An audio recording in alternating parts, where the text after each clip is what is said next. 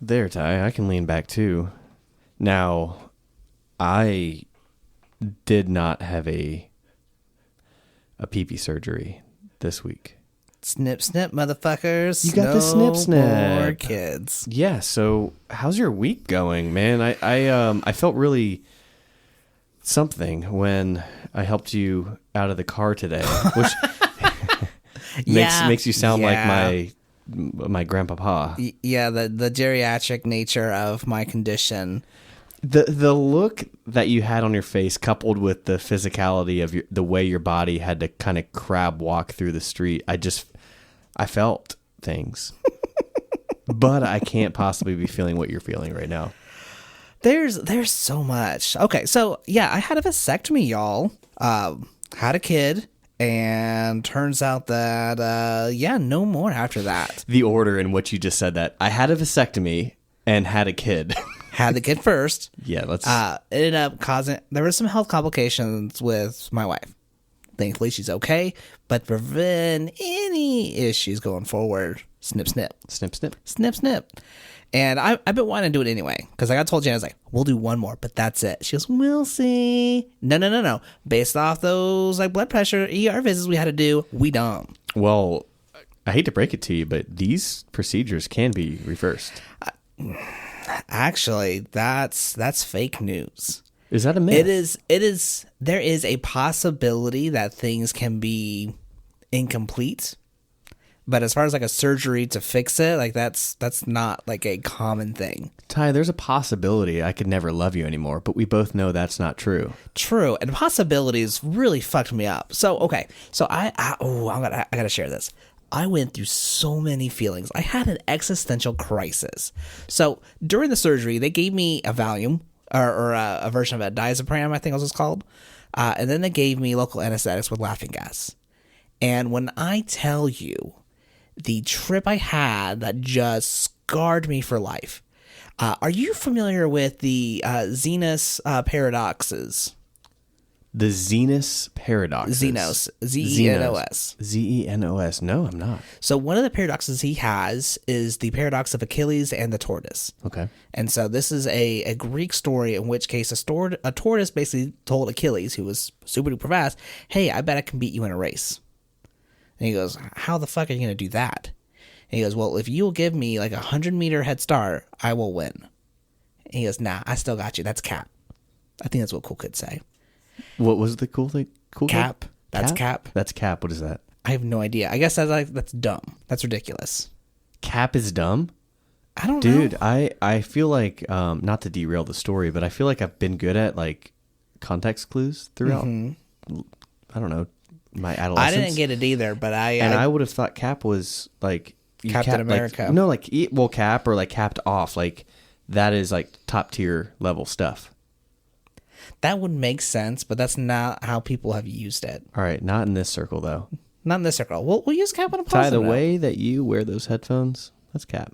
Oh, shucks. See, I meant it. Okay, so something was cap. So basically, the idea was that by the time that Achilles ran the 100 meters to catch up where the turtle had been, the turtle had already gotten ahead by a meter. And so by the time that Achilles got to the point where the tortoise was then, the tortoise was already ahead. So it's just a constant of, I will never be able to catch up because by the time I get there, they're already ahead. It's almost Aesop-y. It is almost Aesop-y. But a little more Aesop-y. Let's take it to anime. You're not really into anime, are you? This is going to be the worst answer I can give. Give it. No, not for any reason. Okay. B, I loved Pokemon and Avatar Last Airbender, and I don't think does anime. Yeah, those still count as anime. That falls in the okay. So I think I missed my window, and that's fine. Or I mean, maybe not. No, I don't think I did. Am I willing to reopen a window? So I don't know. Instead maybe of taking the anime reference that I was thinking of, let me go ahead and share a different one. Yeah, we have a. So this is a good opportunity. Please donate. Give us your money because we have a stand here that is continually falling. Yeah, so you're gonna hear Ty in some I mean, I feel like it's staying. Yeah, I mean, it basically will slowly You see come this down. little knob here? Yeah. Right here? Squeeze it. But, like turn it. Yeah. Yeah, y'all hear that? That is the sound of a C+ mic stand. Yeah. So an A+ voice. So if you imagine holding your hand up, and you can only bring your hand closer by moving at half increments. So I can move it halfway, but then I can only move half of that, and then half of that, and then half of that, and then half of that. And then, like, you will figuratively never reach the end of your hand if that's how you're moving. So during this trip, I was basically experiencing life a half second slower than reality. Are you saying trip? Yeah. TRIP? Yes. Like you had, you mentioned existential crisis, but is that what you said? Yes. Okay. Are you saying you had an outer body experience? No, existential as in, like, I don't know what the purpose of life is anymore. Interesting. Okay. And this all happened under this local Anesthetic yeah. and then the Valium. Wow. So basically, imagine as time is progressing, we'll take video frames per second. Perfect. So as frames are going per second, I'm only able to move at half the speed. So then by the time I'm getting to the point where I was originally trying to get, time has already lapsed even further, and I'm falling behind infinitely to the feature that keeps eluding me. And it was kind of like the pain I was feeling was like, oh, here's pain, ow, ow, ow. And then it just slowly subsides, and it's like, am I slowly just going to continue to lessen in this pain until, like, I have ceased to exist? Like, it boggled my mind how much this was happening. And it got to a point where I stopped taking the anesthetic, and then I was feeling more pain. And it was just, oh my goodness, it fucked with me. Like, it took me the whole fucking day and a half to finally get out of my head. I was like, I'm not stuck in some kind of matrix where literally it's an infinite loop of does literally life conceive at this, am I in pain or not? And then just kind of slowly edging one way or the other. Well, this is interesting. So when this was happening, the whole time, was there a part of you that wanted to stay in it and figure out this problem solving thing, if there was, or was it I need to get out of here? It was an I need to get out of here, but here's the kicker. Every time I got to the point where it was I need to get out of here, I was slowly coming in to the point where it's like, once I realized I was supposed to get out of here, I had already missed the point that time has already gone on. Hence so now I'm sitting there trying to reprocess parable. things. Yeah. Oh my god. You couldn't catch up to this reality paradox that your mind had created. Right. But what okay. Well, you're in the pragmatic now. Yes. Which is honestly not that pragmatic. You're in a podcast with whiskey and Nickelodeon. And a delicious cocktail. If we may add.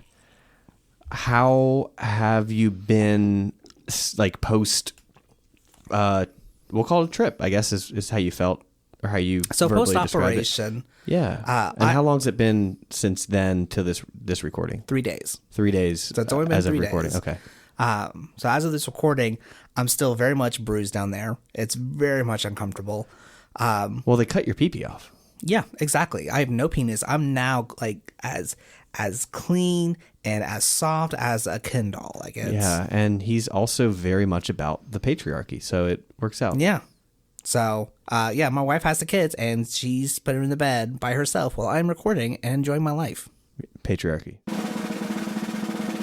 My kitty's now fast asleep, I can pour myself a glass. But too many shows on Netflix are trash, it makes me wanna pass.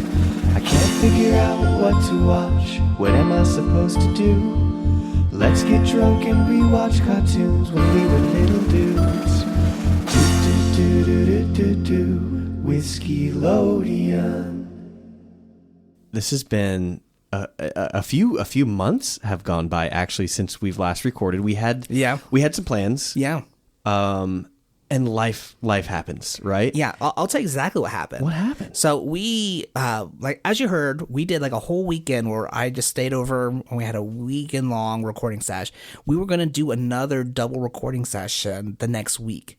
But we went in for like a normal visit. Hey, my wife's at 37 weeks. We're going to go ahead and do this check. And my wife's blood pressure was just high enough that it was a concern. And so we ended up having to go to the hospital where they're like, hey, like, by the books, at 37 weeks precisely where you're at, this is when we would just induce you. So they sat there, waited, and then I was like, yeah, we just got to fucking do it. Your blood pressure's too high, and we don't want you to go through, like, preeclampsia.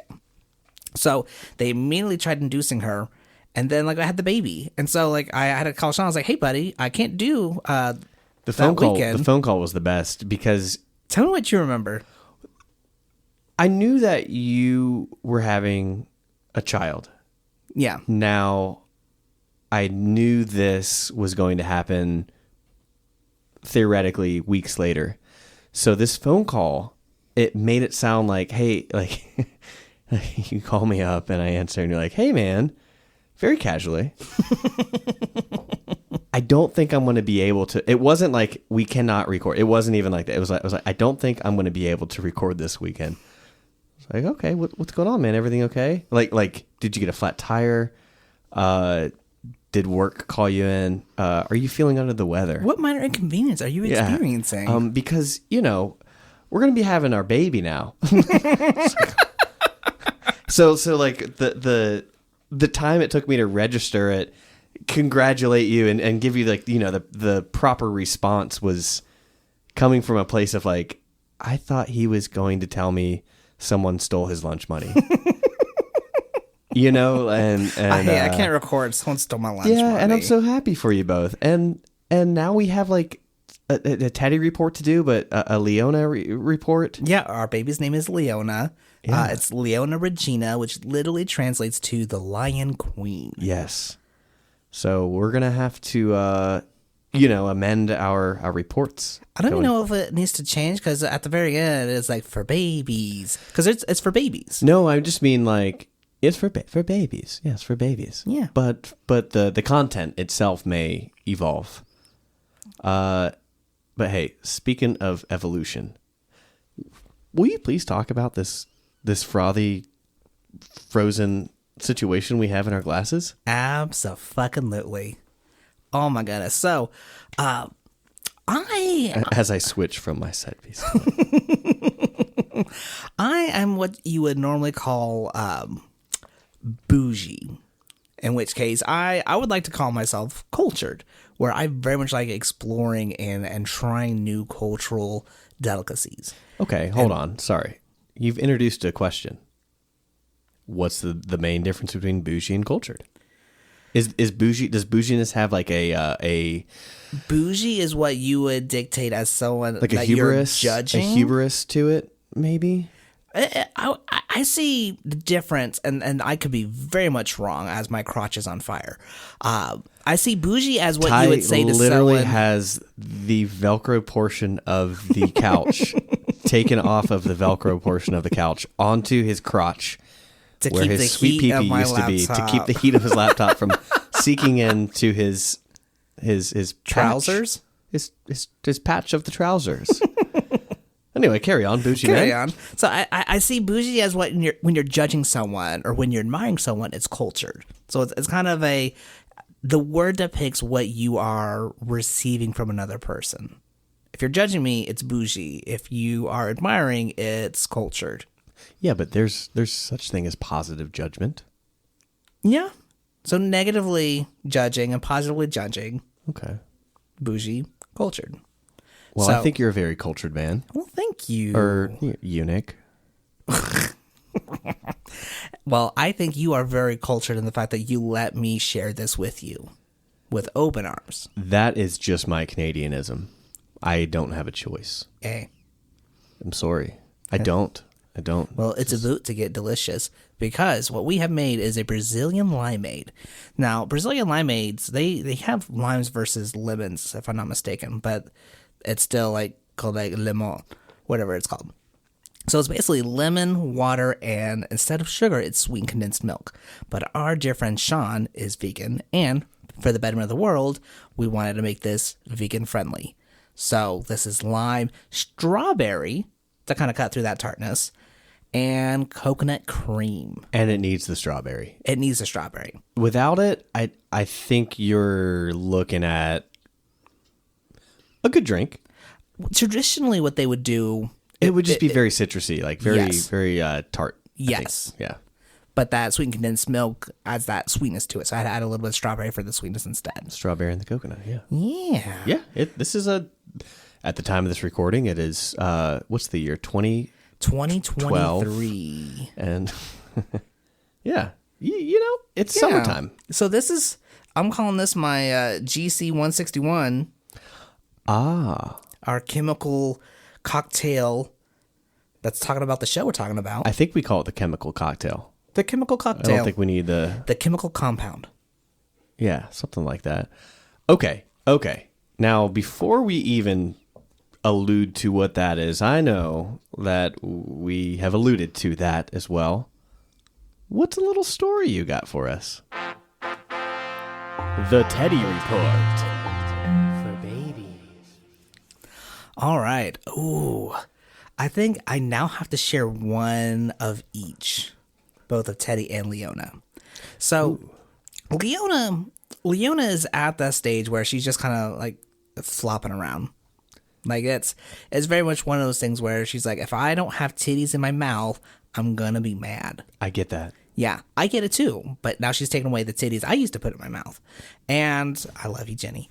And at that point, she has a very almost like surprised reaction every time. She's like, and I wish you could see it because it's just like it's just a wide eye, just like what's happening. It was like your head turned into a little bobble independently. Yeah, just a little bobblehead. So Teddy has been in love with her, just very much the ideal big brother. It's like, I love you so much. I want to hold her. I want to give her kisses. And then like what will happen is like she'll pass gas, and then Teddy's like, oh, that's gross. Get away. And then I am finding it hilarious, but at the same time, it's like, all right, dude, you can't just like drop her at the top of a hat. Like you gotta put her down. Be gentle. Has he dropped her? No, but like he'll hold her, and then he's like, "Oh, I need to put her down." I'm like, "Oh, hold her head while you do it." So teaching the structural integrity of an infant. Yes. Hey, that's something you have to teach all ages. All ages. You ever seen one of your adult friends try to hold a baby? That's like, have you who never never has, or like, it's like, have you never held a creature? Yeah, it's fun to watch. It also, is, terrifying to watch. Because you're like, that's my fucking baby. You better not drop. Yeah, I'll be honest. I don't really want to hold a newborn, and that isn't mine. That's very fair. Do you want a newborn? Not really. I mean, like I, you know, like because the way you phrase it is like, I just don't want to hold a newborn that's not my own. It's like, if it was mine, but at this point, you're like, I really don't even want a newborn, so I don't want to hold a newborn at all. Like, don't give me something that will depend on my like existence to survive.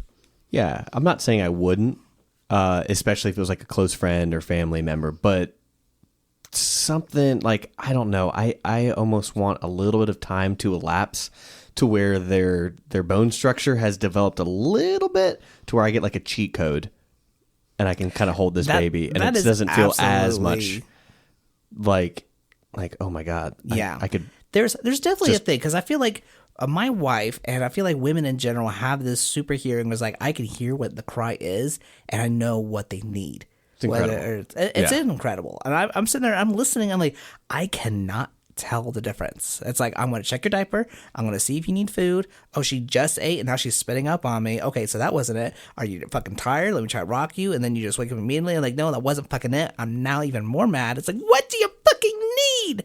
They're stressed out about taxes, probably. Probably. And at that point, it's like, look, you are the deduction. You are the deduction. You don't have to worry about the taxes. Wow. To wake up one day and realize I am the deduction. Yeah. Wow. That's something else right there.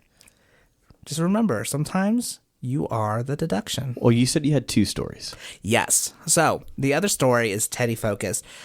I I wanted to feel like, so Teddy has been very much mom-centered, and I felt like I was kind of like losing out. It's like, I gotta do something. I gotta do something that we can bond over. And he had just started getting into Pokemon, so he'd want to watch it on Netflix. And I was like, hey, there's actually a game you can play called Pokemon Go. So I downloaded it on my phone for him to play, and he is like all about it now. To the point where it's like, it's almost like it's teaching him, but it's also like showing me where I need to be focusing some teaching on. So very much, did you play Pokemon Go growing up? I know you did a video on it. That was hilarious. The video was something. I will always volunteer to play Misty again. Oh, it was glorious. I didn't play Pokemon Go. Okay. Growing up, of course, like all iterations of the game, like if it was cards or, which I know we talked about on this podcast before, cards or Game Boy. Mm-hmm. Were you red or blue? Red. I was red too. Yeah.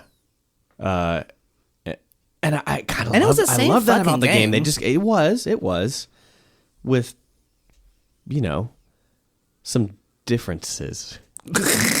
What honestly, what were the differences between Pokemon Red and Blue? It had a Blastoise and a Charizard, and you could pick which one was your favorite, but it was still the same game, if I'm not mistaken. That's really it. I mean, you get that with because you still got to choose. You could play Blue and still pick Charizard, but could you pick Blastoise also? You can only pick one or the other, right? So it doesn't matter which cartridge it is. You only get one choice. So now with, and this was years ago. This is probably at the time of this recording 5-6 years ago, but Sword and Shield had, this legendary Pokemon versus this one. You couldn't have, you can't get both, right? So I guess I didn't play it after that. Anyway, to answer your question, yes, I did grow up on Pokemon. I didn't play Pokemon Go because I had a bad feeling it was going to make me feel pretty dependent on it. And that Okay. I would actually like play way too much. So is this a dependency like Tears of the Kingdom? Yes. Okay. Yeah. I mean, I can fair only enough. have Ty. Okay. In both television shows Okay. and video games, I can only have one. Well, I'll start with video games. I can only have one like action adventure, full blown narrative. Like you got to pay attention to this and like be in it kind of game. That's fair. Same with TV. I can do 5 or 6 shows at a time. But if one of those, Ty, is like this very heady kind of show that revolves around like multiple characters, I can't have 2 of those. Okay. Because I want to be focused on the one. And I get that. I can understand wanting to focus. I guess I have been able to divert my attention to multiple things at once. Not at once. Okay, multiple things. I've seen you watch a movie with me while you're playing a game on your phone and texting your other podcast host. Who's texting? Who the fuck is my other podcast host? I've seen your other podcasts. I mean, I've guessed on another podcast. You were invited. It's called. In fact, Julia was like, "Motherfucker, I need you guys on the podcast to promote your show coming up." And Sean better get his ass out of the brewery so he can be there too. Oh, I miss Julian. I miss him too. Originally, he was going to be coming up and actually being here in person, but due to life circumstances, he's unable to do that. But we love him. He's always welcome. He will eventually get up here at some point. Go check out his podcast. Oh, yeah. His Seriously. podcast, What's in My Head podcast, is amazing. He interviews like the top creators, art, character designers, creators of different shows, mainly in like Cartoon Network, but it's not limited to. I mean, just recently he had the character designer of Samurai Jack on. That was just fan-fucking-tastic. He does it in such a way that's so conversational. Oh, for sure. And I think I have a lot to learn from the man. Amen to that. Yeah, we're taking notes. Absolutely. Yeah, if you want a good podcast, go listen to his If you want a great starting podcast, right now. stay here. What? No, I'm saying the opposite of that. If you want a great podcast, go listen to What's in My Head. If you want ours, No. If you It's enjoy fine. us, you're gonna love Julian. yeah. Don't send people away. We'll let them know that they can join other places too. You know, people got to fly to where they're going to fly, Ty. And if that means we're landed here in our little nest by ourselves, we'll have more whiskey for ourselves. We'll have more whiskey for Yes. ourselves. All right, man. Well, So back to the Teddy. back to the Teddy. So in the game, they have Galarian forms of different Pokemon. So it's like, hey, these Pokemon in another area are different. So do you remember like Zapdos, Moltres, Articuno? Yeah, he's talking about all these legendary Yes, like birds. birds. So in the Galarian region, they exist, but they have different like elements that they focus on. And so in the game, if you use like this daily incense to draw more Pokemon, you have a chance of seeing that. And so I've seen like 2 of them, Articuno and Zapdos, and my kid got so fucking mad at me. He goes, if you catch that before I do, I'm going to be so mad. Like he literally told me, it's like, I'll be so mad. I will delete all of my Pokemon if you get that before me. And it's like, all right, dude, we got to focus on like your chill level. Like it's one of those things where he's starting to understand strategy. It's like, wait, so if they have fighting Pokemon, I need psychic Pokemon. So he's making that connection, which is great. But then he's also like internalizing, if he's not able to get exactly what I got, or if I get there first, he sees that as just something that is an injustice to the world. It's like, all right, dude, we got some work we got to do. We got to find that middle ground. Yes. Yeah. Okay. Well, it sounds like that's going to be a fun ongoing story to check in. Oh, yeah. So he's now all about me wanting to hang out. So he's like, Daddy, can we battle? And so instead of like watching something before going to bed, he just wants to play Pokemon Go together before we go to bed. And now he's wanting to hang out with me. Yeah. And so like I feel like I'm winning. And Jim's like, I feel like I'm not getting as much Teddy time. I'm like, yeah, bitch, because I got Pokemon on my side. And well, Jenny, she's downloaded the game now. She's trying to get back in. there you go. Yeah. This can be a family affair. Oh, absolutely. Yeah. Welcome to the nerdy. I love it. I love it. I love the show we're going to talk about. I do too. This was one of the shows that I fucking loved. Like we talked about some first season. Like, so we are covering The Secret Life of Alex Mack. I've been typing it wrong in so much. I'm like, life or world of Alex Mack, and I kept going world. Ooh, now I'm kind of curious. Well, it's the Berenstein effect, right? Or the Mandela effect. It is The Secret World of Alex Mack. Is it world? It's The Secret World of Alex Mack. It's the world. It's the world. It's the world. Wow, I have failed. No, you didn't, because I really vacillated between the two. I didn't know. I wasn't sure which it was. But yeah, so But on here we are. IMDb, it's The Secret World of Alex Mack. You know, if you're coming here to get your information about these shows, don't come here. Go Stop to the it. internet. Yeah, we don't have the information. We're here to bring you enjoyment, not facts. We're gonna partake in alcohol and conversation about the things. Mm-hmm. But if this is your Wikipedia last minute high school assignment, yeah, we're here for that. That's us.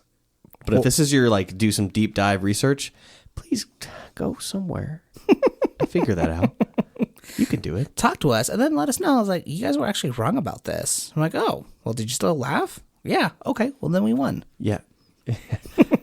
Because it's definitely a winning game. Well, Ty, off the bat, okay, you watched this as a kid? Yeah. So this was a show I fucking loved. And I mentioned this when we covered like the Orange Years. Like Larissa Olenek, who played Alex Mack, like that was like my first crush I ever had. Same. I think it was my first crush. Maybe Amanda Bynes. I mean, she's a gorgeous woman, but that was just the tomboyishness. The like, I want to figure this out. I'm a gem that's hiding in like plain sight. Like that did something for me. It was telekinesis for me, but I hear you. It was electricity for me. It was electricity for you. Yeah. I mean, I don't know that I ever finished this show. Ooh, I don't know if I finished it either, because this was one of the things that you could just stream and binge and watch. It was on every day of the week for Snick, every night. I also say that I don't know how many Nickelodeon shows I finished. I feel like back in the day, there wasn't really a way to watch it from start to finish. You just kind of, at some point, you saw an episode and like, wait, was that the last one? What? I'm having a crisis right now. I'm like, wait a second. We have a podcast, and I haven't seen every episode of every single show. Well, that just means that we have homework to do. Wait a second. That's a line from this episode. Well, Ty, we're going to cover the first 2 episodes of Yes, the pilot and episode 2 of season 1. Yeah. Well, I'm ready just to fucking go for it. Well, this show was created by Ken Littman and Tommy Lynch, and I got some fun facts. This is the kind of shit that made me feel like Larissa Olenek was just amazing. So during the show's heyday, children would meet Larissa, and they were too young to understand special effects. So they would ask her, "Hey, can you turn into a puddle right here?" And she, instead of dashing their dreams, would be like, "Not here. Everyone would see." And just let that dream live on. That's, oh my goodness, That's pretty cool. That's badass. That's bam. That's a badass motherfucker right there. Yeah. Mm-hmm. So, other than that, the show was a major part of Nickelodeon's Saturday night programming block, Snick, intended as something of a replacement for Clarissa Explains It All, which had just ended its run around that time. And this could never replace, nothing could ever replace Clarissa Explains It All. But I think if you're, looking for that strong female lead type of show that just has all the charisma about it. Yeah. I got that with Clarissa, and I definitely get that with this one too. Ty just tried to move. I did, and I paid the price. Oh, your poor PP. My poor PP. But yeah, I think the show definitely. I think I watched it. I think I watched this show the first time probably during Snick. Yeah, that's where it came on, was Snick. Yeah, did we ever see it syndicated during regular hours or not really? I don't know. It never got to its 5th season. It was actually offered a 5th season. That's actually my next fact. Wait, no. So they said no? Larissa said no. So she was offered a 5th season, a feature film. So there was going to be an Alex Mack film, as well as a huge money increase. But according to Thomas Lynch, one of the creators, Olenek said she wanted to keep her character innocent and that she was burnt out and wanted to finish high school. And while that may be true, Larissa took on the role of Alyssa Strudwick. Yeah, Alyssa Strudwick, who was Jordan Gordon-Levitt's girlfriend on Third Rock from the Sun for 21 episodes soon after she finished the Alex Mack series. Didn't they work together again on 10 Things I Hate About You? Was that her? Yeah. No. That was, I know who you're talking. Julia Stiles. Julia Stiles, that's who it was. And Larissa Olenek.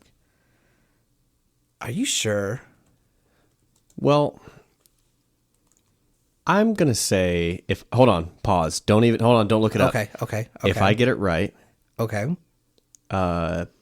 We both have to take a sip of our drink. If I get it wrong, we both have to take a sip of our drink. She was in that fucking movie, you son of a bitch. Well, we both win because we both have to take a sip of our drink.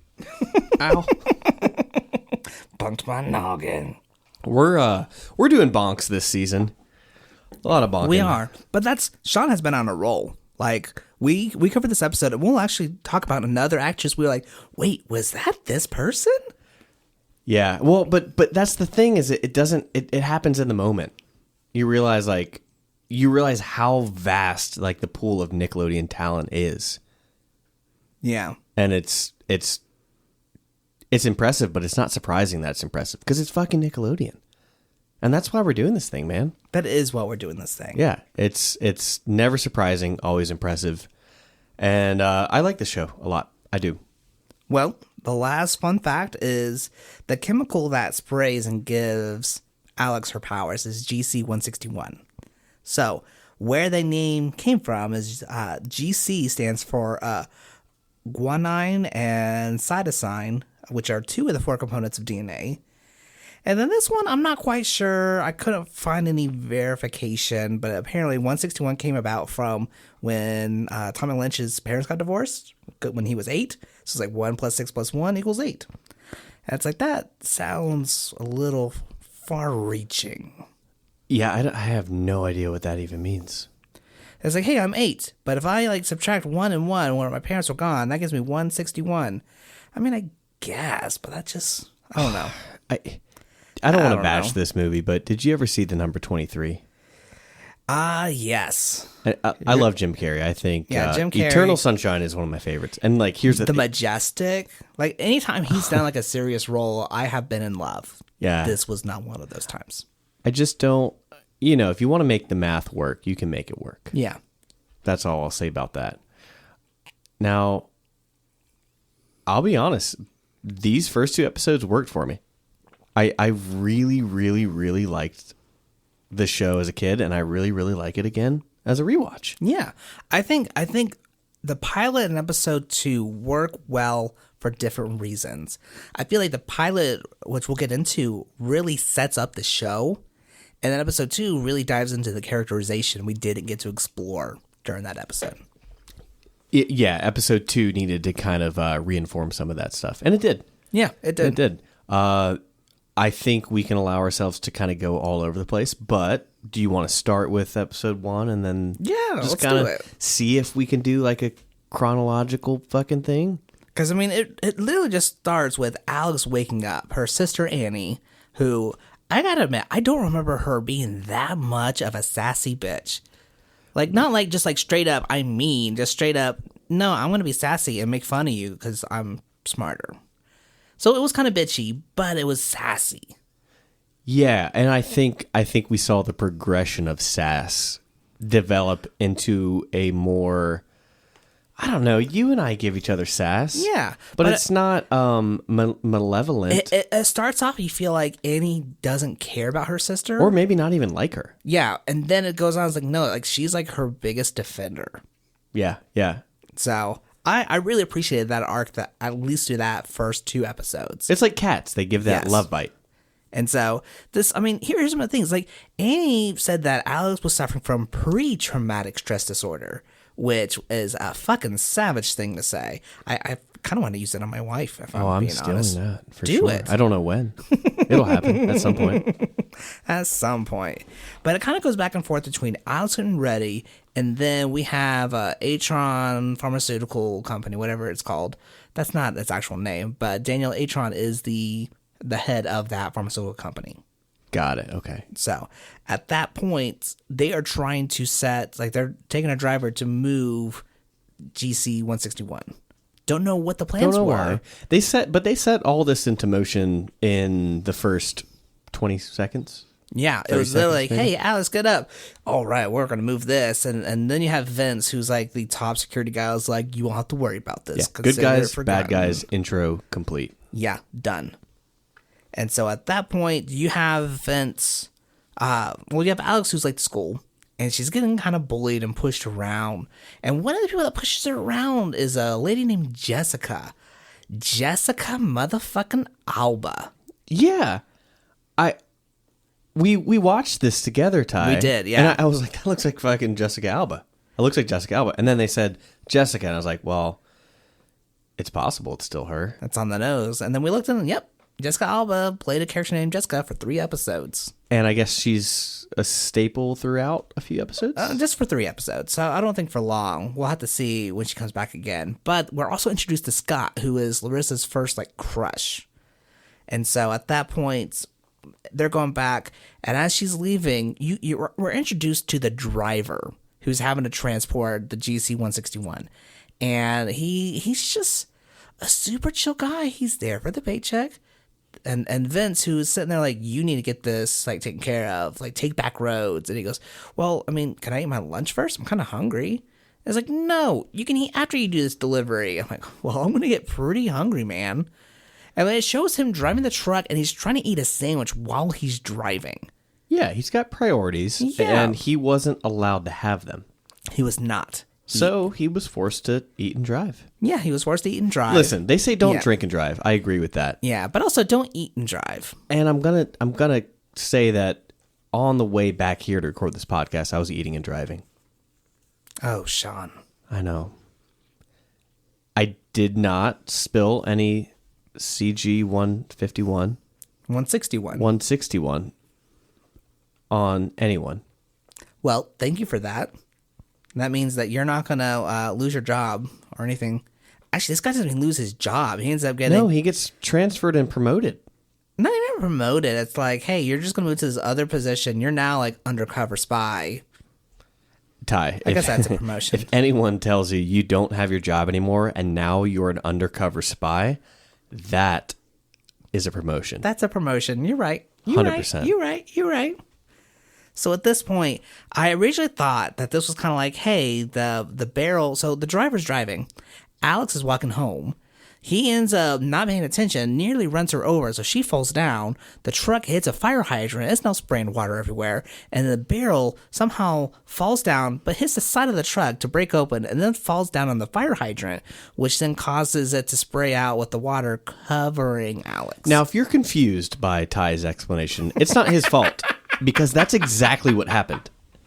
That's what happened. Yeah. And we were discussing it, and we're like, well, I guess it works better that the solution is diluted. And I think about it now, I'm like, we don't know what the solution even is. Why does it work better? We have no idea, but it works. Yeah, it works. It works. She gets covered. She runs off. The guy's like, hey, watch where you're going. And then he was like, oh, wait, no, you come back. But she's already gone. Of course she is, yeah. Of course. She just got covered in some slime. She's grossed out. She just got yelled at. And then the guy's like, come back. It's like, no, you're just going to yell at me more? No, thanks. And it's not Nickelodeon if you don't get covered in slime. Yeah, this is very true. That's very tropey. Yeah. And so she gets home and she is just trying to wash her hands in the garage. She's trying to figure out what's going on. And then all of a sudden, like the chainsaw turns on. She's like, the fuck? The train starts moving. And then there's like an electrical pulse from her hand and the train gets shot off. And she's freaking the fuck out. Like a toy train in the garage. Yeah, like a little toy train set. Yeah. And so at that point, you see her screaming and then like you see her kind of pulsating with electrical energy. You're like, okay, well, a change has occurred. A change has occurred. Something has happened. And so at this point, we cut to Ray, who's just playing a saxophone on the side of the road. Straight up. Just straight up. Like, okay, that's a thing. And then he just happens to glance over, and there's the, like, accident, as if he was totally oblivious to it until he just happened to look over. Oh, there are people freaking out over a truck accident. You know, all I want in life is to be able to have a saxophone solo down any street while something else is happening in the background, and I'm completely unaware of it. Yeah, I've told you this. I've told you this. You have. This is all I've ever wanted. You've told me this numerous times. Yeah, I'm like, Ty, I know today's Wednesday, but tomorrow's Thursday, and if I am not soloing a tenor fucking saxophone on the corner of my two favorite streets while there's something weird going on in the background, Ty, I will never podcast again. And you're like, well, What are your two favorite streets? I can't give that information over. Come on. Come on, man. You got to speak this into existence. I do, but I feel like I want to keep people on the hook, you know? What are my two favorite streets? Email us. Take a guess. Ooh, okay. So, question for them to email us: is it a corner of one street and another, or is it just two random streets? It'd have to be a corner. So, yeah, what's my favorite corner? Is that what you're asking me? it's two streets. Yeah, what's my favorite intersection? So, if you guys want to just Google Maps Charlotte and see if you can find out what Sean's two favorite streets are that have a connection point, that's where we want to make sure something happens while he's playing the saxophone on the corner. I'm curious. Leave an explanation. Why? Ooh, I like it. Yeah. Because what is why without why not? What is why with also why the fuck is this happening? No one knows. No, we don't know. We don't know what's going to happen at any point in this podcast.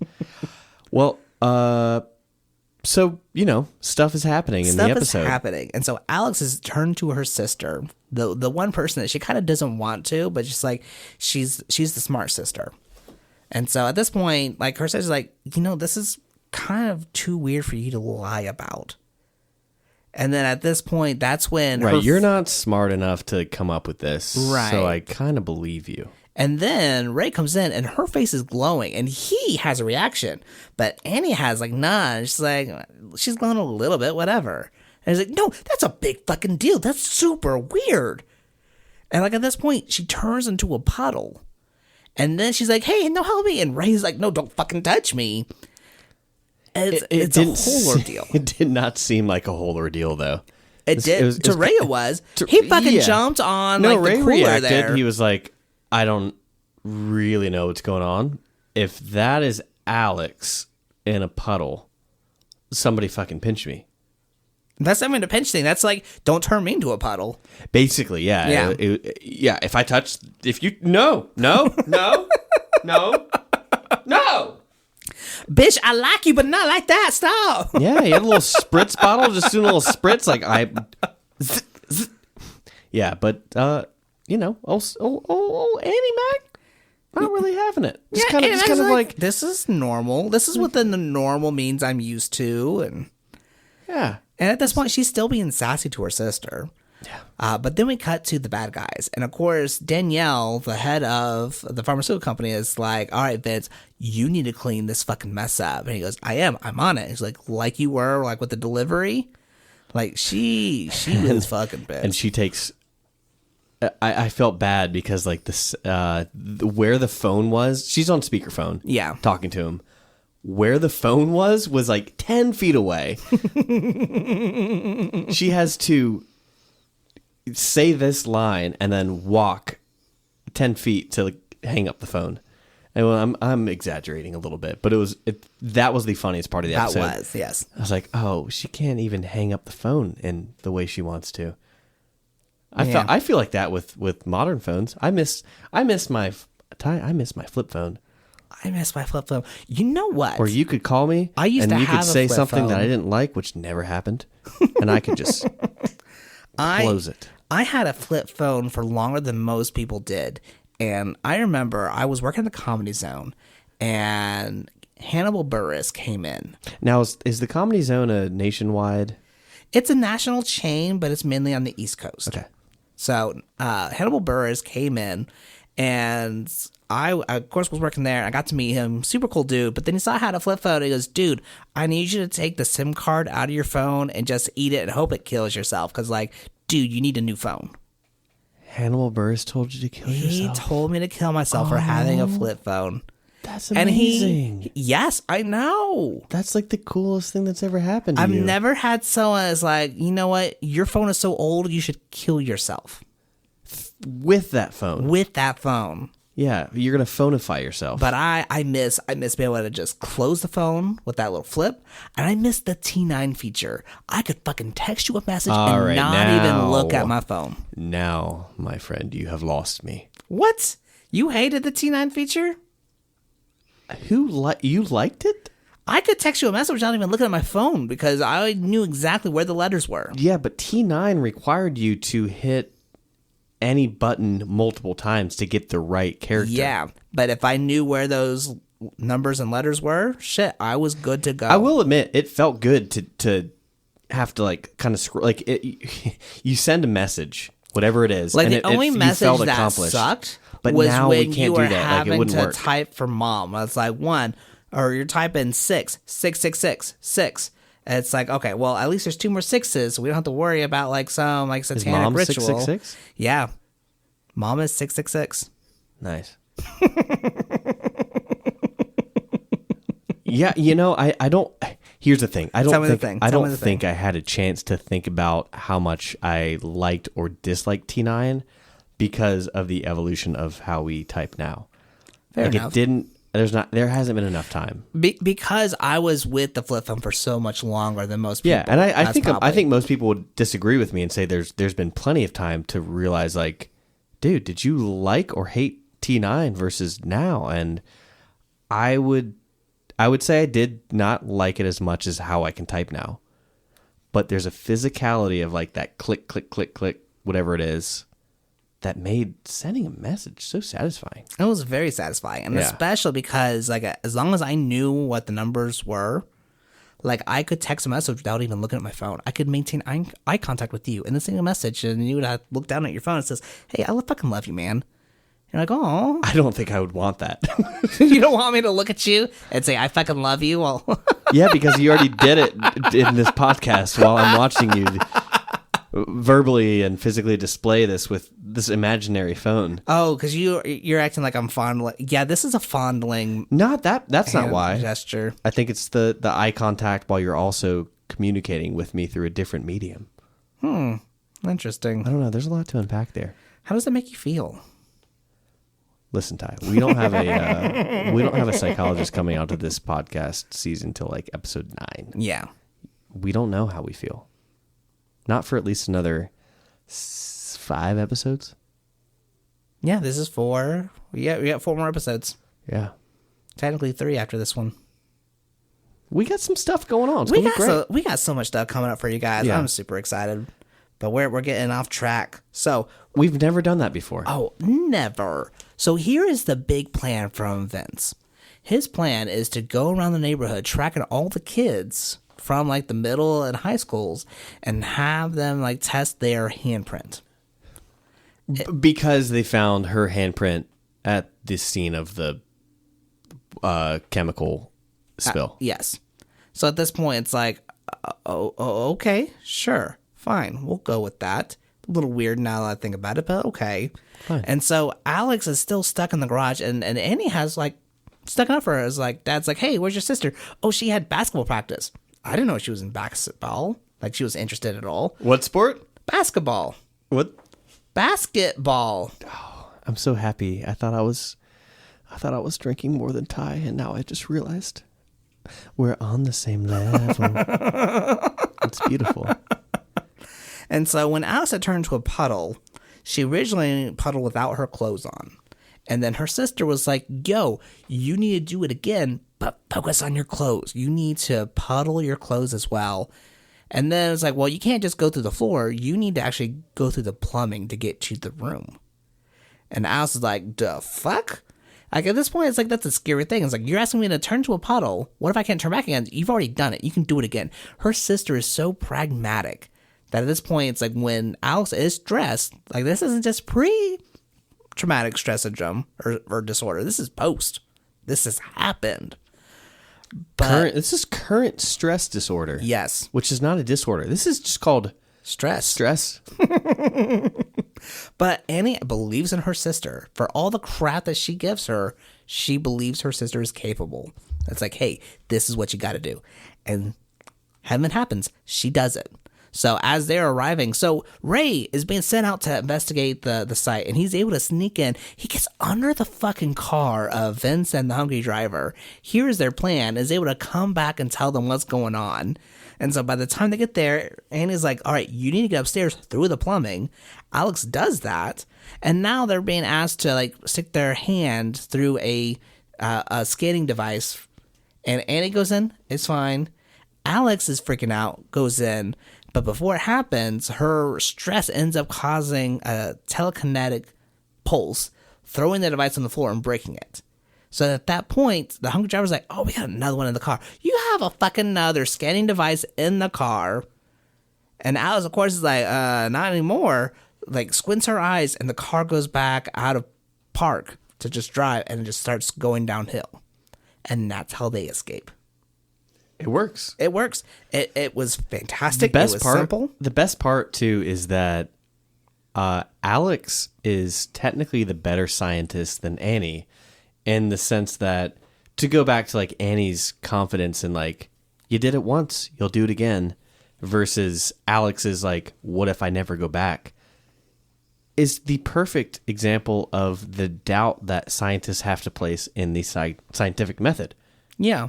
So the fact that Alex is a doubter in all of this makes her a fantastic scientist. But she also has it to where she's like, hey, I will do what I fucking have to do. So she realizes she has telekinetic powers, and so she was like, I gotta do something quick. They have another scanner. I'm gonna remove the car from the situation. Yeah, I think that further proves the point that I'm like, you know what, if she dedicates and like pushes herself, yeah, I think she can be. Yeah, I think I tend to try to do theses here on this podcast. Okay, give me your thesis and then it just goes somewhere else.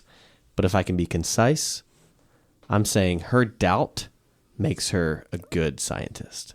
Now, speaking of doubt, I kind of doubted, not so much doubted, but I was a little let down by the ending of this episode.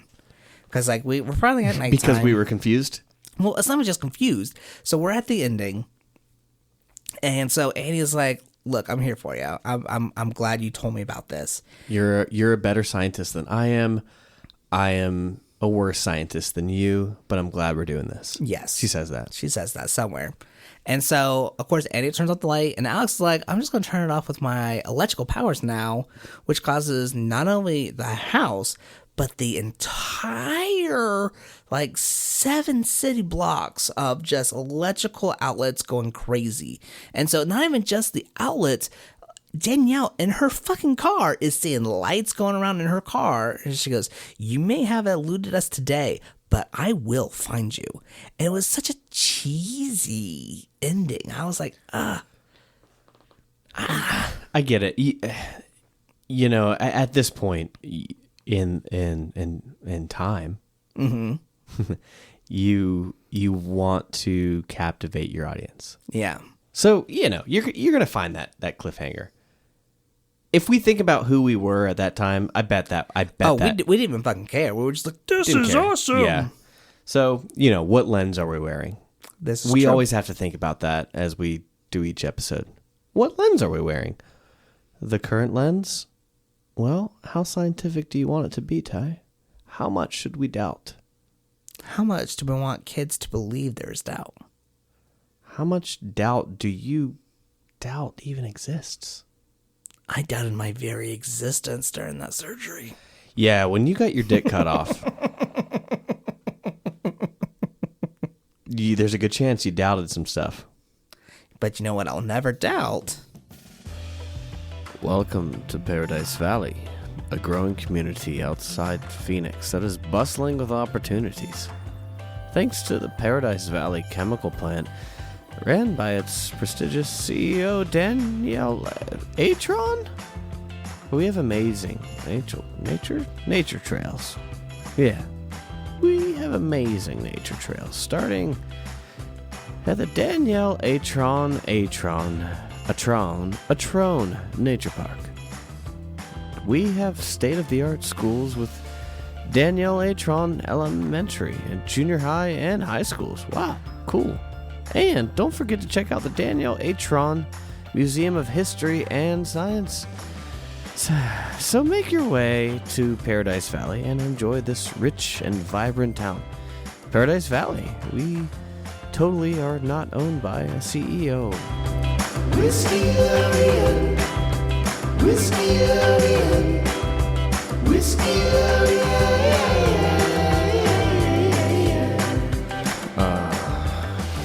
Shit. It's the commercial breakdown. The motherfucking Whiskeylodeon breakdown.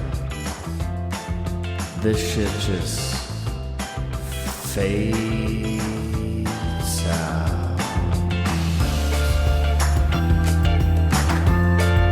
I said this shit just fades out. This second episode. Yes. No plugs unpulled here. No plugs.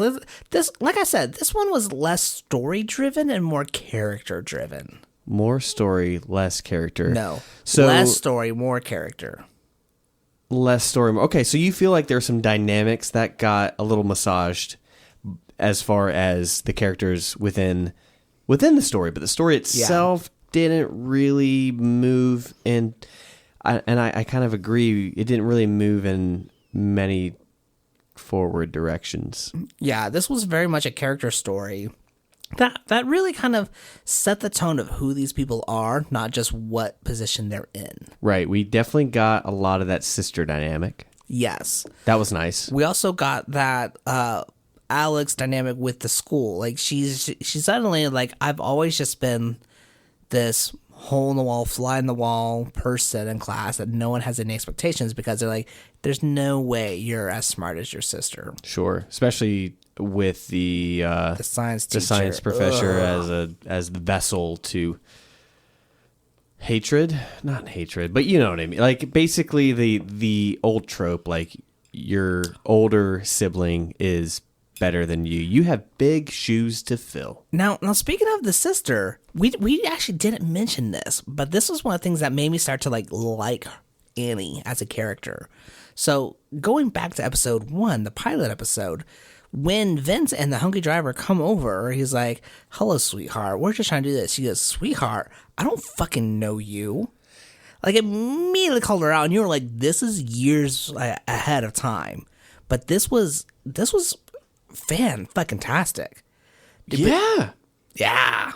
It wasn't the first moment where I decided, like, Amy's fucking cool. Yeah. She was from the get-go. Don't get me wrong. Yeah, she was sassy, but it's kind of like almost like a sassy, but still a bully. But then she's kind of like, I won't take bullshit.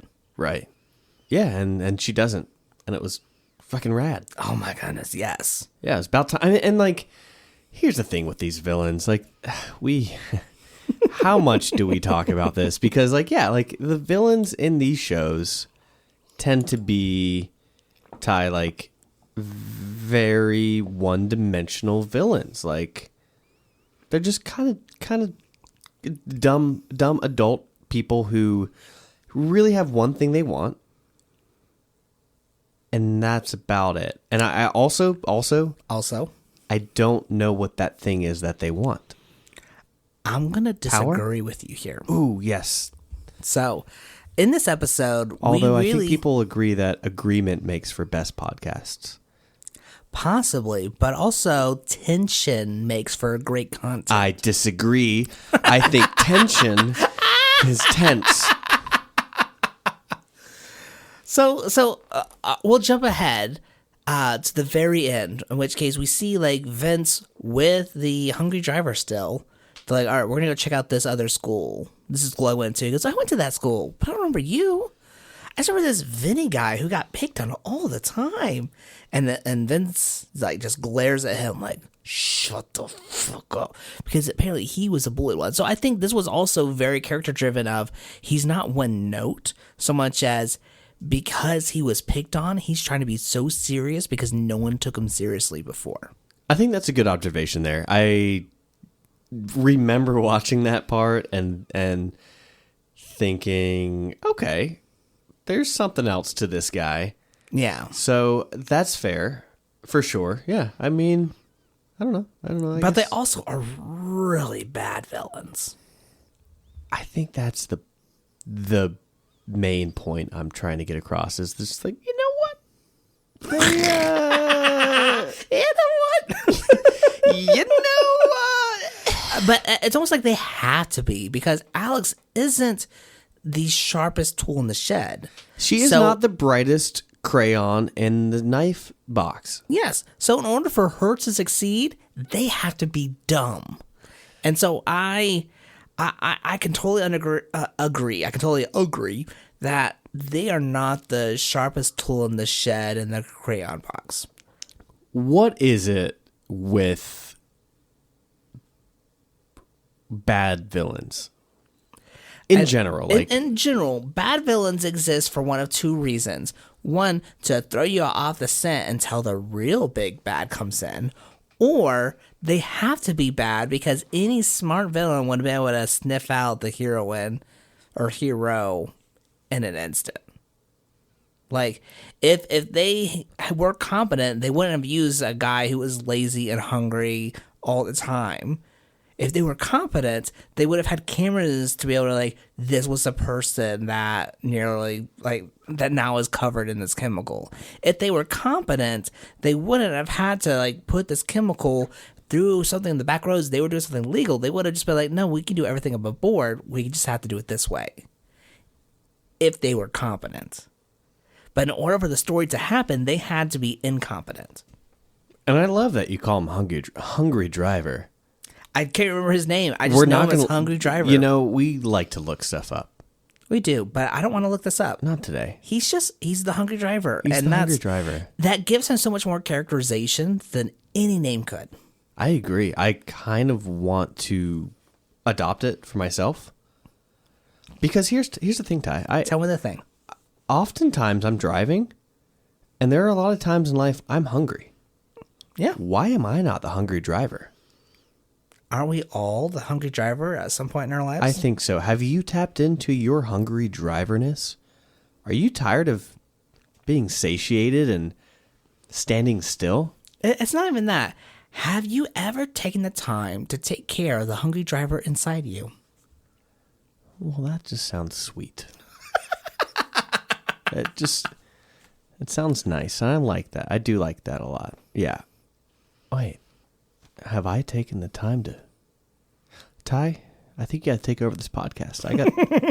I got some Hungry Driver shit to take care of. Well, while Sean is taking care of that, the story is not complex. So here's the story. We'll get down into the characterization, but the story itself is just Alex has a science class and she has a science project that's due sooner than she thought, and now she's like, crap, I got to do the science project in a day.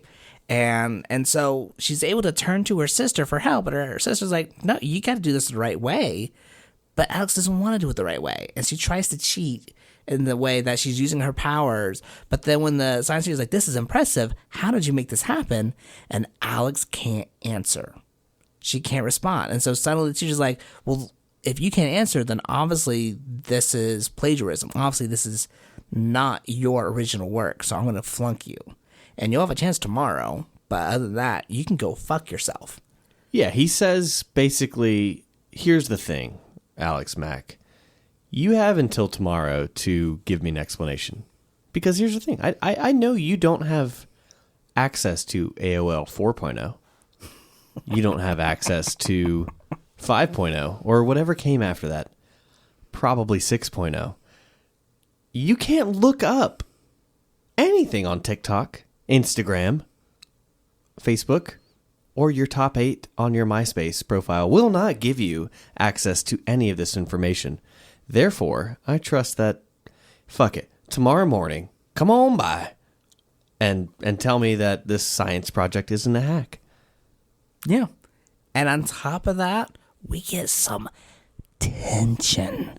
So at this point, Danielle is like, I got to do something. So she ends up donating a bunch of microscopes to different schools in the sense of, hey, I'm giving you all this. Also, by the way, can you hire these 2 new people as janitors?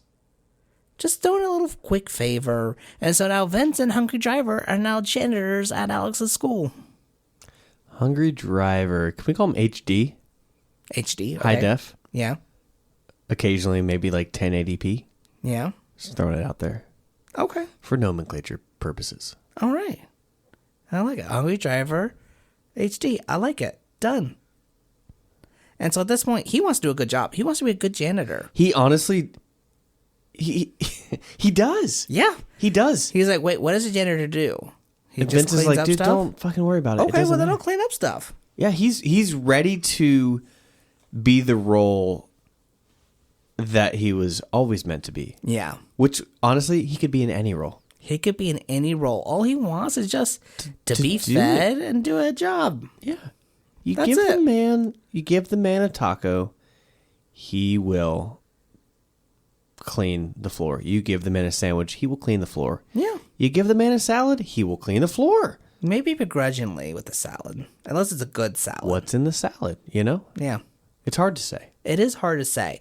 But HD just wants to do the right thing. HD. I like that. I'm going to call him HD from now on. HD. I like that. Yeah. We'll So, drive it. so at this point, Vince is like, look, you have been given an opportunity to redeem yourself. That guy's like, what is she going to do? Kill me? Like, just fucking fire me if you're done. Well, Ty. And Vince was like, I can't answer because either he knows he's got fucking nothing. Yeah, the worst that she can do is fire his ass because he doesn't have the balls to kill someone. But it was way more ominous than that. He wanted it to be ominous, but again, he was never taken seriously, so he doesn't know how to convey that. So at this point, they are now at the school. And so when Alex presents her project, she actually takes her sister's old project, which she doesn't know was a first grade project, and she's in middle school, of just these lights. They're like, hey, these lights can turn on. And he goes, yeah, that you should have been able to prove that in first grade. She says, oh, yeah? Well, what about this? And she's able to use her powers and cause the lights to arc between each other, which is super, like, amazing and fantastic. He goes, oh, that's super cool. How does that work? She can't answer.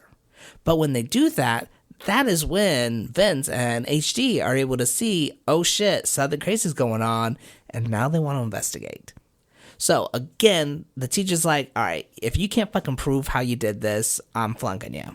I'm giving you enough on this project. So Annie finally comes to the rescue, is trying to help her. Is like, look, read the fucking book. See how you can understand the principles of this thing.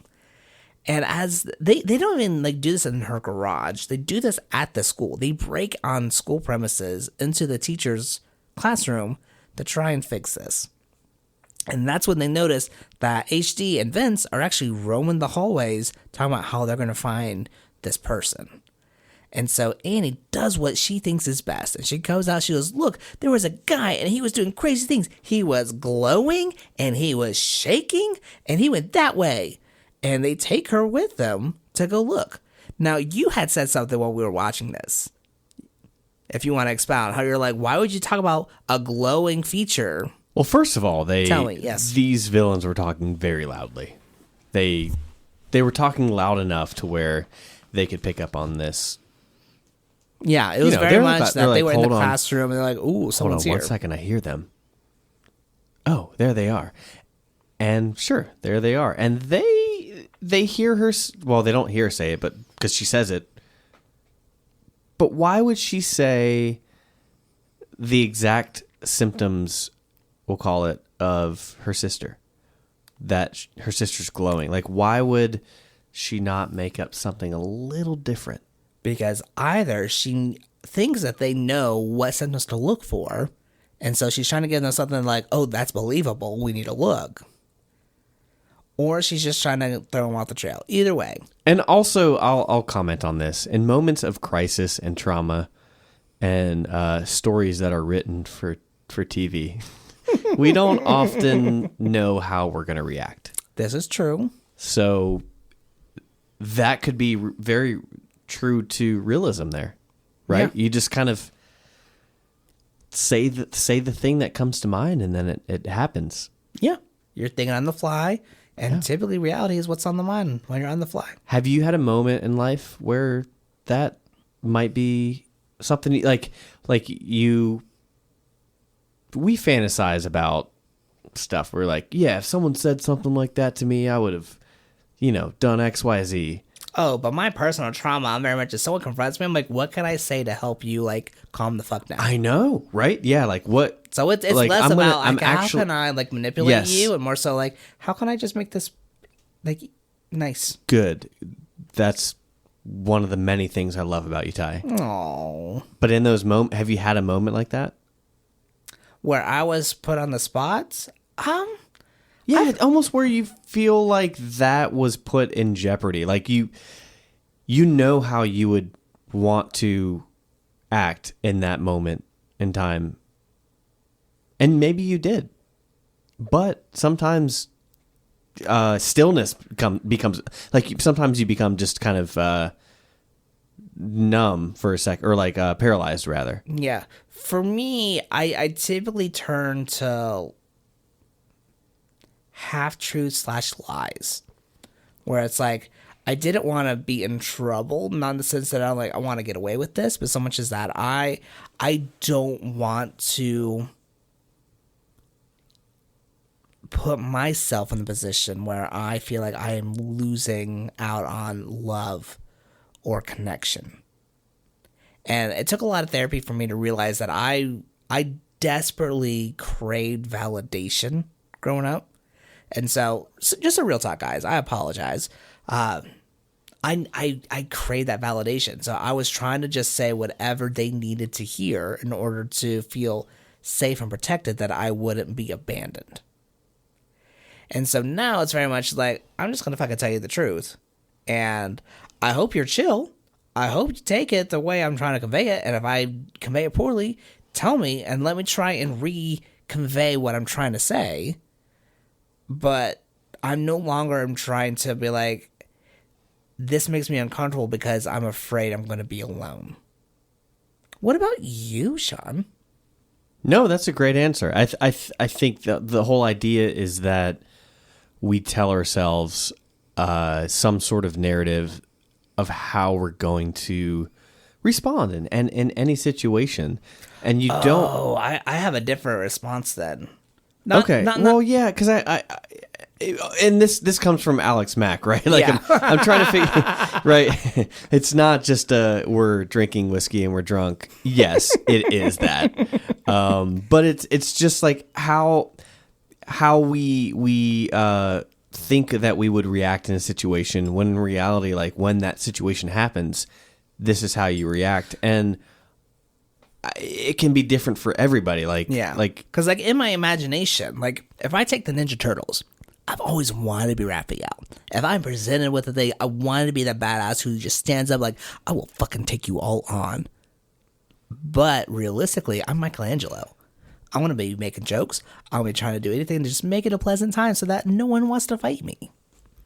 well, I mean, same. I was always Michelangelo, and I think I wouldn't even be that brave. We're just party dudes trying to make you happy so that we feel validated. Yeah, it's you just don't know. You don't know. Then the thing happens, and you're like, oh shit! I reacted in a completely different way than I thought I would have. Yeah, that's fair. Yeah, it's fascinating. It is very fascinating. So, like, when Alex is confronted, but even before her project, her teacher was like, yeah, I remember your sister and the amazing project she did. She's so embarrassed that she starts glowing. So she ducks down like she's like tying her shoe or something because her face is just glowing. It was like Rugrats. Yes. It was like Tommy hiding under the parents, like just completely trying to feel safe. Yeah. It was very much like, I'm not okay right now. I need to duck. I need to pretend. I just need to do something because right now you're a fucking asshole. And like, she actually has this daydream in the show where she's like, hey, I'm going to show you this project. Like, literally, he talked about how his sister did this flotation magnetic presentation. So she, telekinetic does this. She goes, this is old news. Your sister did it better. So then he goes, oh, did my sister ever do this? And in her mind, she is telekinetically making the teacher's bow tie spin like a propeller and send them flying out into the sky. She is considering some murder. Just listen. If you sometimes in life you murder people, and that's bad. Yes. But sometimes in life you're Alex Mack and you consider murder. And as long as Ty narrates it, everything's okay. I think that's the theme of the story. Okay, good. Yeah. All right, we've reached a non-impassable pass through. Yeah. Made sense in my mind. Yeah. It totally made sense. Well, you know what? We're real boys. How's your whiskey going? Oh, I'm enjoying this cocktail so much. Me too. It's very good. The strawberry and lime just work so well together with that coconut cream. Agreed. Well, we got a few more beats to get to fucking pound through in this episode. Yeah, let's pound it out. We'll just pound it out together. Because, like, really, I would say the last act was the most engaging. Because you have Annie and Alex in the classroom. Of course, Annie is leading Vince and HD out. The teacher, for some fucking reasons, at the school, trying to get back into his classroom. And Alex is like, oh, I'm going to freak the fuck out now. So she sends a chair to block the teacher from being able to come in. Good move. But then there's still the window. So she takes a window in the door. So she takes a fucking poster, sends it there. And then you see her send 4 tacks, like rocket launch into the like stick it there. Like those tacks were implications of what she could do with those powers terrify me. Well, it makes me want to be her friend, so she protects me. But it's also like, oh my goodness, no wonder like they're wanting her to like show like, hey, this is what we can do. This is militaristic, some bullshit right here. Yeah, anytime you have someone who has telekinesis, but who can do it efficiently. Mm-hmm. This was efficient telekinesis. This was efficient. Yeah, those darts. I said darts. I meant tacks, but they were darts. Yeah, she used them as fucking darts. They're little missiles. Yeah. But then the most impressive part was that she stopped them where they needed to stop.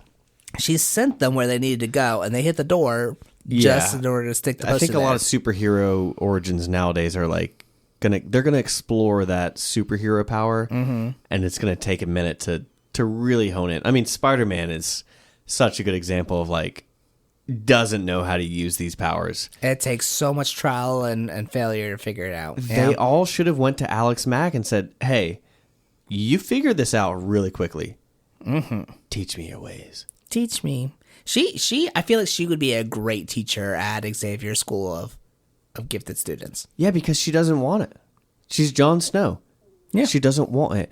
And she would be able to just and there's her sister going, "You know nothing, Alex Mack." Right. She'd be able to just say like, "Hey, I don't fucking know, but I just tried this and this worked." Yeah. And people would be like, she would give shit. that realism of you have to try and sometimes you fail. Yeah.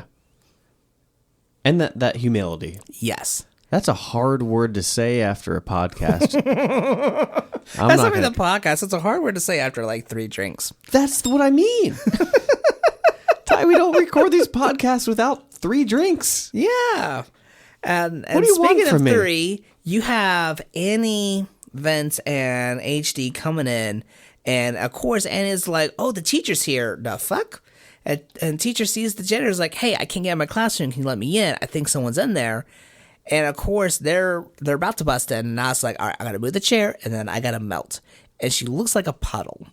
She puddles herself. That sounds wrong. She puddle forms herself, and of course, HD is like, "Oh, I'll go get a mop." And then he tries to mop her up, but she keeps moving around, and he is like, "This is weird." He makes no connection. Like this is some science bullshit. Just like, I'm just trying to do a good job. He doesn't make any connection that it's some you science told me bullshit. to clean, I like that. and I'm cleaning. And at this point, they finally leave, and Alex is like, "Hey, I can actually talk about this project now. I'm actually able to talk about why the lights do that." Because in the middle of all this, before they break in, she actually sees how the lights can arc between each other and provide electricity. So she's able to teach herself that. And then she's able to actually tell it in the class. And then he's like, all right, you finally stepped up. This deserves an A. Good job. But now I expect all this from you. And she's like, "Oh no!" It was a good ending. It was nice. It was a tropey ending, but it worked. It worked because it's subtle. She's like, "No, they're expecting greatness from me," but it was a good character building episode for Alex. Yeah, I feel like a lot of episodes now are, you get the pilot and the second episode dropping at the same time. And this felt like that should be like that's Yeah, this could have gone together. Yeah, it's nice. I love the, and I'm gonna put it in quotes, but like science aspect to it. I like that, like your average everyday person, like me, like I could go through this science experiment on accident. Right? this science thing happens to me, and now suddenly I have powers. Yeah. I like that it's also rooted in realism, and yeah, like she's not some gifted person. Like she has other people that are smarter. No, or she stronger. has her flaws. Like she has her own personal stuff going on. That She sees herself as boring. Other people see her as boring, and it's not like she is this secret gemstone that's just waiting to like shine. It's like no, like, she's having to do with what she's got, but she's making it work. And Nickelodeon's almost always been about that. Yeah, We've talked about the Orange Years. we did. And Good documentary. Again, if you haven't seen that episode, we covered the Orange Years. It's on Hulu. It was a documentary covering the golden years of Nickelodeon, from the creation to just those golden years. yeah, I just think about that one moment where we think about like, man, like life is really hard for a little kid. Yeah. And how much that really just stays on the forefront of every show we're talking about. Like if we wanted to, we could think about that, and then I think that's actually why that show works so well, because that's suddenly why every show works so well. But yeah, for sure, this they one, didn't treat it like, hey, here's a gifted person who got powers. It's no, imagine you who isn't doing good in school suddenly had powers. Or like, shit, I could think about that. I can imagine myself in this situation. right. And there's the hope that I might actually figure things out. Holy shit. Yeah, but it's and like still it's hard. So we get to watch that journey.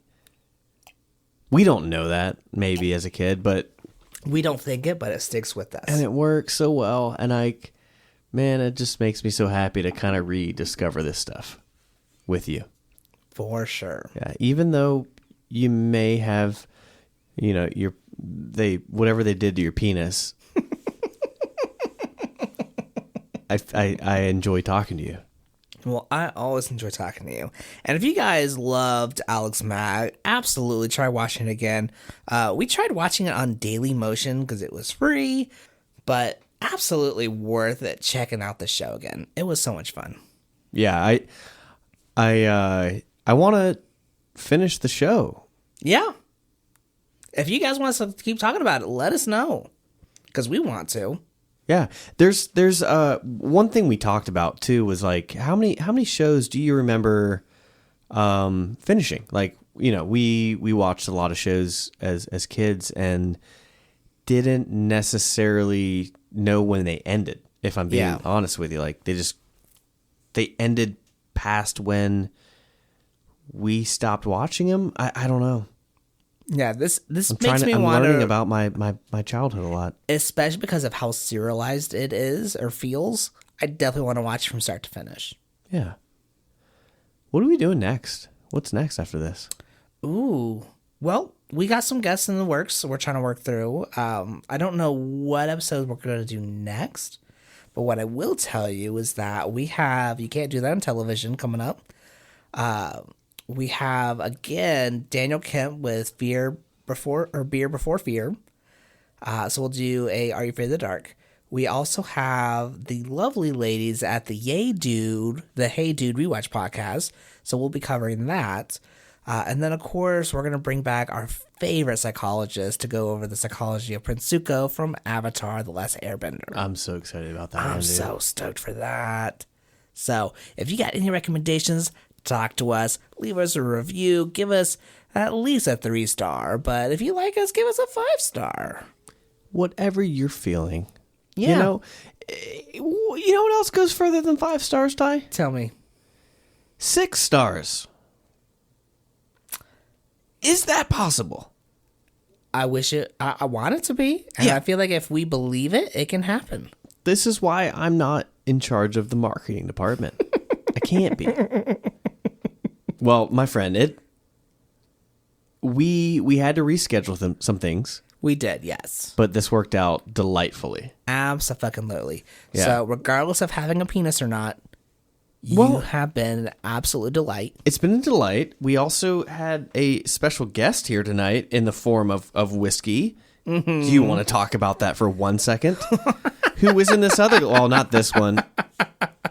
So, of course, our side piece has always been Henry McKenna, but Sean was letting us enjoy a lovely glass of Jefferson's Ocean, which, if you've ever had, is fantastic. It is a bourbon that is actually aged, like they do their aging, but then they actually do extra aging over, like in a boat in the ocean. So you get a lot of like salty salinity to it that is just fan-fucking-tastic. I hope that you can try that sometime. Like it's not a very rare thing to buy at the store? No, it's not. It's on the little pricier end, but it's not. Like, it's definitely worth it. And what we have failed to let you know is that we have been taking bits of each bottle we have and are adding it to a random bottle. We're basically making a infinity bottle where anything left over we are putting into this so that we can take the end of our season and try all the whiskeys blended together to see what we get. Right. So the very last side piece or cocktail, we haven't decided yet, of this season will be from that infinity bottle. So it will contain anywhere from 10 to 15 different, I would say, whiskeys. Maybe more? I mean... You would wager more. Because we're doing 10 episodes, so it's no more than 10 whiskey. It will Ty, my sweet man. You're assuming we don't drink in betwixt. Oh, fair enough. I apologize. Touche. These episodes, we have no idea. We don't know. We do not know. But we have missed you guys. Yeah. We are back. We are so excited to just hang out with you guys with this party. Yeah, we have some fun stuff in the works, and we're very excited to be here and to do this. And tonight, it's a nighttime thing, so it's going to be like a bottoms up and then, heads on the pillow situation. but we'll be back next week with some fun shit. Absolutely. So to that, my friend, bottoms up.